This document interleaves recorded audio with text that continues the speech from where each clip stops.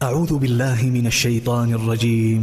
بسم الله الرحمن الرحيم. نتوسل بالحبابة والبتول المستطابة والنبي ثم الصحابة.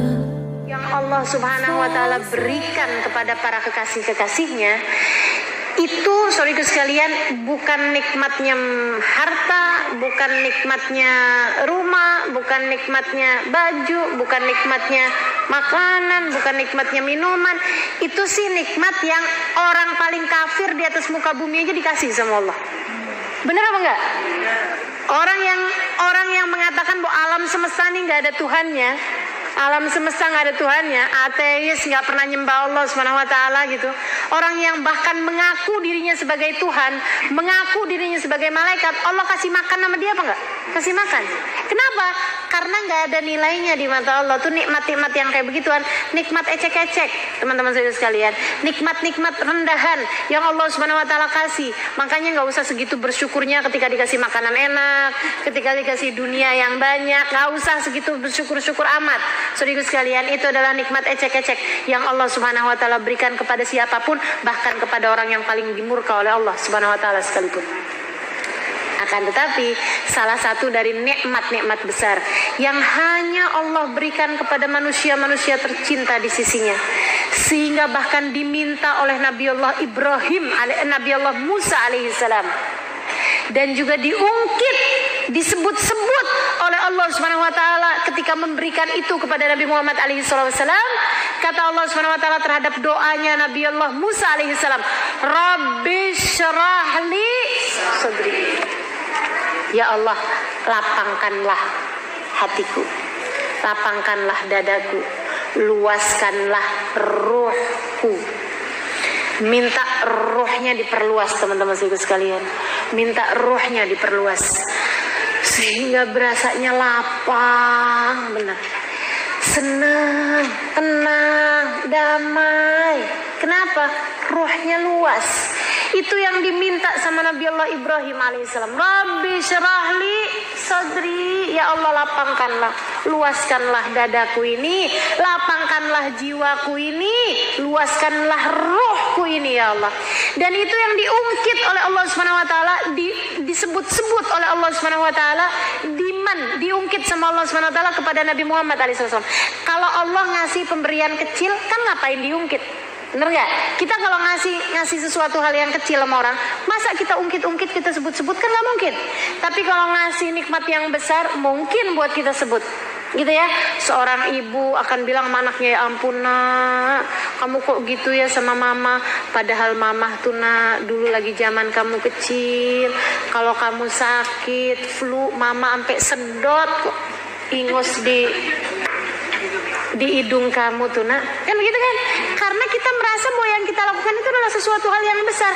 Mama lebih rela mama yang gak makan nak, asal kamu bisa makan. Kan gitu tuh. Karena itu adalah pemberian yang besar yang kita lakukan kepada anak-anak kita. Makanya kita kemudian mengungkitnya. Teman-teman sekalian, kita gak akan mengungkit perkara-perkara yang kecil. Kemarin udah saya kasih jeruk 1 biji tuh, gak akan kita ungkit. Nah, Allah Subhanahu wa Ta'ala mengungkit pemberiannya kepada Nabi Muhammad. Apa kata Allah? Alam nasrah, bukankah telah aku lapangkan hatimu wahai Nabi Muhammad?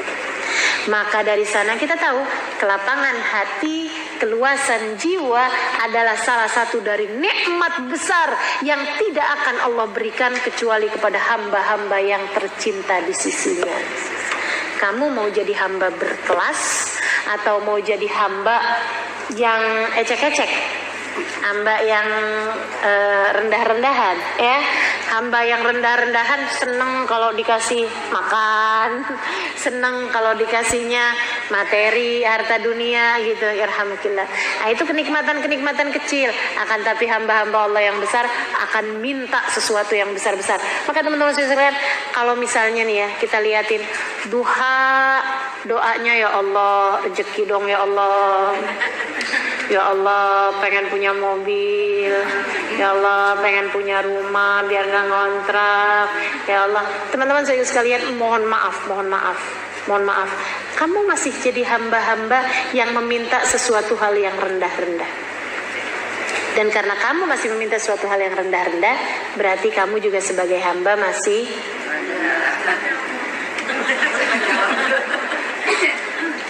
yang diminta urusannya rezeki mulu gitu ya. Ya Allah, itu nikmat-nikmat yang kecil-kecil banget teman-teman sekalian. Tapi hamba-hamba tercinta di sisi Allah, dia tahu apa yang mesti dia mintain. Dia akan meminta, salah satu dari yang dia perlu minta adalah kelapangan hati, kelapangan dada. Saudara sekalian, ini kekayaan batin yang luar biasa nih.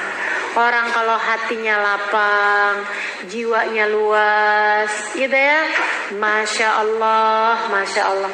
Allah tuh kalau ngasih kelapangan hati, saudara sekalian, nih ya, gini deh, gini nih, gini. Ini nih, ini gelas, ini isinya apa? Air. Bak kamar mandi isinya apa? Air. Kolam renang isinya apa? Air. Lautan isinya apa? Air. Teman-teman sekalian, saya muliakan. Tapi yang ini nih, air yang ini, begitu kejatuhan kotorannya cecek, hukumnya apa? Najis. Bolehkah saya minum? Enggak. Udah menjijikkan, udah kotor, udah najis dengan begitu kemasukan kotoran cecek. Lautan isinya air juga teman-teman sekalian. Tapi jangankan kotoran cecek, bangkainya babi satu kontainer tidak bisa merusak kesuciannya lautan. Kan gitu ya? Gitu ya? Kenapa gitu? Apa yang membedakan? Sama-sama air loh ini. Lautan isinya air, ini juga isinya air. Sedikit sekalian, yang satu luas, yang satu sempit. Kayak gitu loh perumpamaannya. Hati kita tuh kayak gitu. Ada yang hatinya segede gelas, mau dikasih apa, mau punya rumah kayak gimana luas, mau apa, tetep aja sumpah, sedih, merana, menderita, sengsara. Ya Allah, ya Allah, kesian teman-teman sekalian. Sementara ada orang-orang ujian berbagai macam datang dalam kehidupannya, tidak akan pernah bisa merubah kesucian hatinya. Mau difitnah orang, mau dikatain orang, mau sakit abis-abisan, mau dilemparin orang dengan batu. Nabi Muhammad tuh ini ya, tetap aja, ya Allah, selagi engkau tetap cinta padaku, aku tidak peduli. Nabi, kenapa bisa kayak begitu tuh Nabi Muhammad SAW? Hatinya lapang, teman-teman saudara sekalian, kayak lautan kayak gitu tuh, kayak lautan kayak begitu tuh. Saudara sekalian saya muliakan, ini kita bisa buat ngukur nih ya. Coba nih, hatimu gelas, bak, kamar mandi, kolam renang, atau lautan. Nih, ini baru kena kotoran cecek aja udah najis. Ada lagi bak kamar mandi lebih dari 2 kula, kemasukan kotoran cecek nggak jadi najis. Tapi kalau bangkai tikus najis di bak tersebut. Kolam renang gede gitu ya, kemasukan bangkai cecek nggak najis, kemasukan bangkainya tikus gitu ya, tapi kolam renangnya tetap bau, warna rasanya tetap aja. Kolam renang tuh orang kencing di kolam renang. Makanya ya Allah, ibu kalau inian jangan suka bawa anaknya ke kolam renang umum dah, gitu kan ya. Yang kencing di situ banyak. Habis itu anak kita masih kecilan, belajar renangnya masih suka kelelep-lelep, masih suka keminum-minum airnya.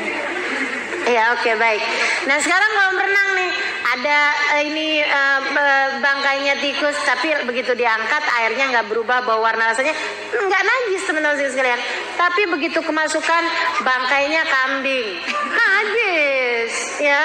Kolam renang, sedikit sekalian lautan, bangkainya tikus nggak ngaruh, apalagi kotorannya cecek nggak ngaruh, bangkainya kambing nggak ngaruh, babi satu kontainer nggak ngaruh.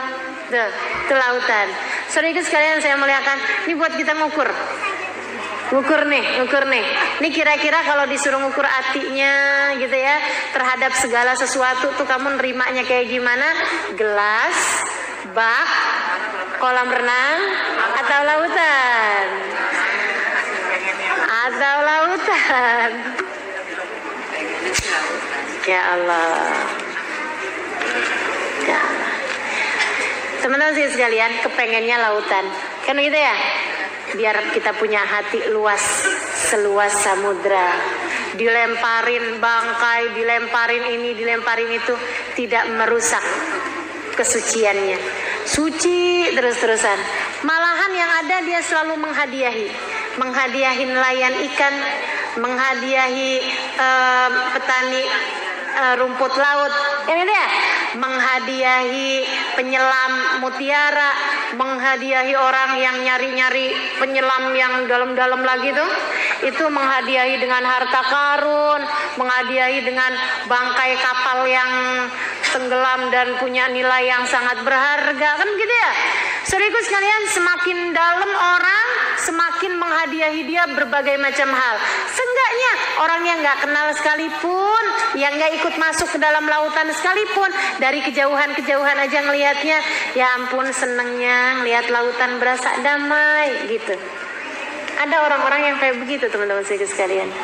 Kekasih-kekasih Allah Subhanahu wa Ta'ala kayak gitu tuh, yang nggak kenal dari kejauhan melihatnya enak banget ya, kayaknya dia ya tenang gitu hidupnya, kayak nggak ada masalah. Padahal apakah nggak ada masalah? Itu tadi yang lemparin bangkai, yang lemparin apa ada aja di lautan gitu ya.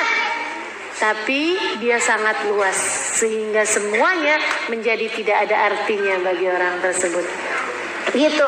Yang kenal semakin dalam dihadiahinya berbagai macam hal. Waduh, isinya suaminya dihadiahinya cinta, anak-anaknya dihadiahinya kasih sayang, kedua orang tuanya dihadiahinya bakti darinya. Kan itu ya, sahabat-sahabatnya dikasih hadiahnya doa indah yang selalu dia sampaikan, selalu dihadiahinya nasihat-nasihat yang baik, selalu dihadiahnya apapun yang dia bisa lakukan buat sesama teman-temannya, bahkan orang muslim dimanapun adanya, selalu kebagian dari rahmat yang ada dalam hatinya. Dia akan selalu mendoakan mereka semua dalam setiap solatnya, dalam setiap doa-doanya. Kasih Allah Subhanahu wa Ta'ala, teman-teman saudaraku sekalian, lautan-lautan yang ada di atas muka bumi ini. Dan Allah Subhanahu wa Ta'ala sampai mengatakan bahwa orang mukmin tuh kalau benar-benar mukmin, hatinya lebih luas daripada lautan. Bukan hanya amal lautan tandingannya, teman-teman sekalian, lebih luas daripada langit dan bumi. Apa kata Allah dalam hadis qudsi?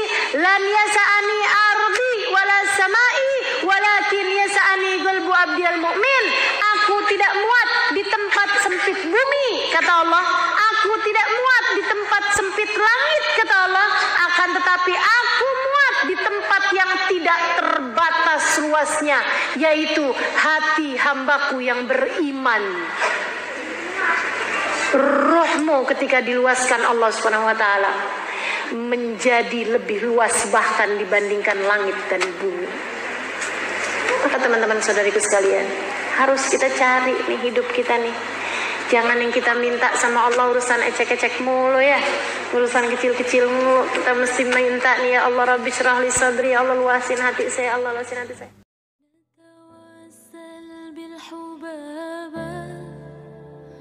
والبتول المستطابة والنبي ثم الصحابة فعسى دعوة مجابة نتوسل بالحبابة والبتول المستطابة والنبي ثم الصحابة فعسى